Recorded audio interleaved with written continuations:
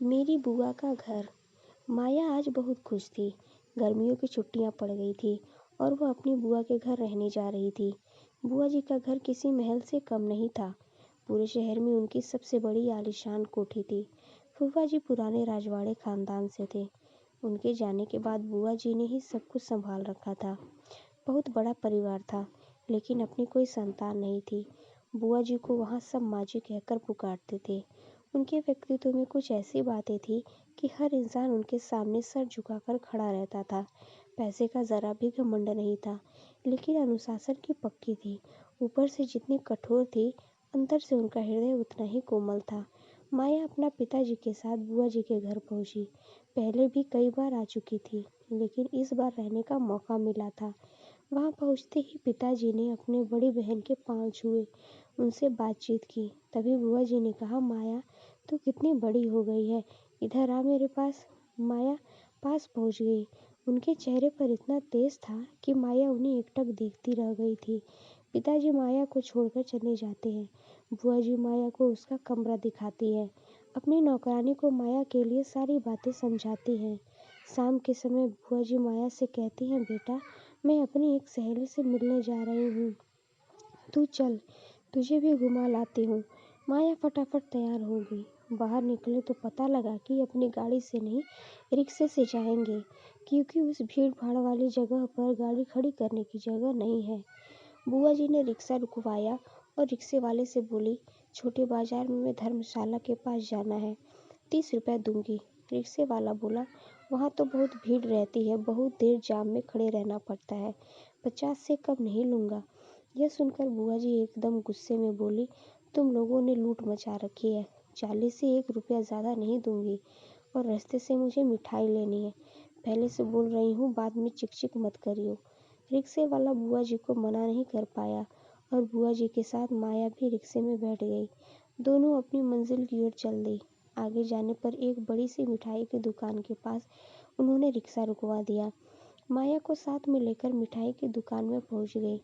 कई मिठाइयों को देखकर उन्होंने एक महंगी सी मिठाई पैक करवाई, 1 किलो एक जगह और 250 ग्राम एक जगह। फिर रिक्शे में आकर बैठ गई।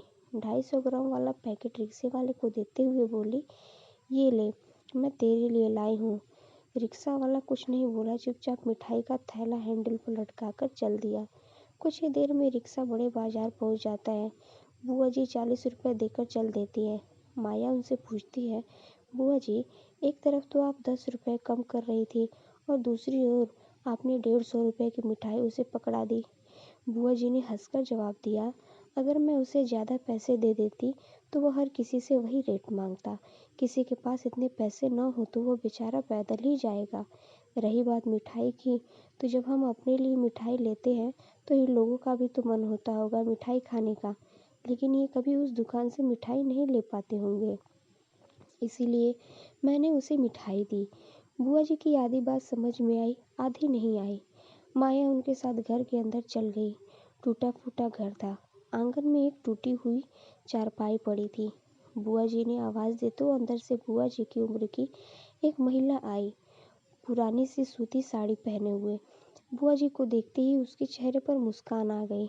बुआ जी ने उसे गले से लगा लिया। माया ने उन्हें नमस्कार किया। बुआ जी ने माया का परिचय दिया और बोली, कैसे ही बहन, बहुत दिन से सोच रही थी तुझसे मिलने के लिए, लेकिन समय नहीं मिल पाया। तभी उनकी बहू चाय बना लाई, साथ में बिस्कुट थे।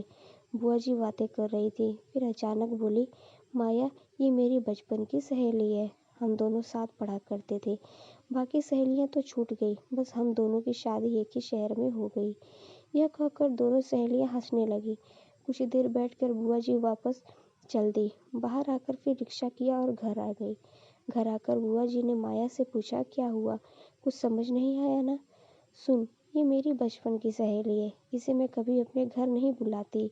यहाँ सब ठाट बाट देखेगी तो कल मुझसे बात करने में, मुझसे मिलने में उसे झिझक होगी। मैं हम दोनों के बीच में पैसा नहीं आने देती। तू भी हमेशा ऐसे ही रहना, कितनी भी बड़ी बन जाए, लेकिन अपने पुराने लोगों को कभी घमंड मत दिखाना। माया बुआ जी से बहुत प्रभावित हुई। इतना सब कुछ होते हुए भी घर में इतनी नौकर चाकर, 3 बड़ी गाड़ियाँ, इतना बड़ा परिवार, महल जैसी कोठी, लेकिन कितनी सादा, कितनी सरल थी बुआ जी। शाम को वे अपनी नौकरानी पर चिल्ला रही थी। मैं दौड़कर उनके पास गई तो देखा वे उसे बुरी तरह डांट रही थी। मुझे देखकर बोली, देख, इसकी बेटी तेज बुखार में तड़प रही है और ये उसे छोड़कर यहाँ काम करने चली आई। तेरी बेटी को कुछ हो गया तो हमें पाप चढ़ा दियो। चल, मेरे साथ चल। बुआ जी उसके साथ चली गई।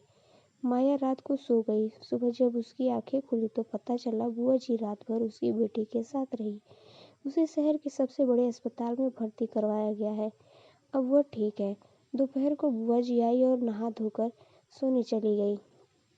दूसरों के लिए इतना प्यार, इतनी हमदर्दी भरी थी बुआ जी। मैं तभी सब चुपचाप उनकी डांट सुन लेते थे। वह एक माँ की तरह सबको डांटती थी। सब उनकी डांट खाकर भी वहाँ नौकरी करते रहते थे, क्योंकि उन्हें पता था इस डांट के पीछे कितनी ममता, कितना प्यार छुपा हुआ है। माया 1 महीने तक बुआ जी के घर रही। 1 महीने बाद पिताजी उसे लेने आए। बुआ जी ने ढेरों उपहार माया को दिए। जाते समय नेहा ने बुआ जी से कहा, बुआ जी, इस 1 महीने ने मेरी जिंदगी बदल दी। यहाँ आने से पहले मैं छोटे बड़े में फर्क करती थी, लेकिन आपको देखकर मुझे पता लगा कि मैं और मेरे जैसे कितने लोग अपने घमंड में रहते हैं। मैं वादा तो नहीं करती, लेकिन आपसे जैसे बनने की कोशिश करूंगी। यह सुनकर बुआ जी बहुत खुश हुई और बोली, मुझे बहुत खुशी हुई। अगली बार आएगी तो मुझे बताना, तूने जो मुझसे सीखा उसे कैसे अपने जीवन में उतारा। माया अपने घर वापस आ गई। इस 1 महीने में उसका जीवन बदल चुका था। कैसी लगी कहानी कमेंट बॉक्स में ज़रूर बताएं। चैनल पर नए हैं तो चैनल को सब्सक्राइब करें। थैंक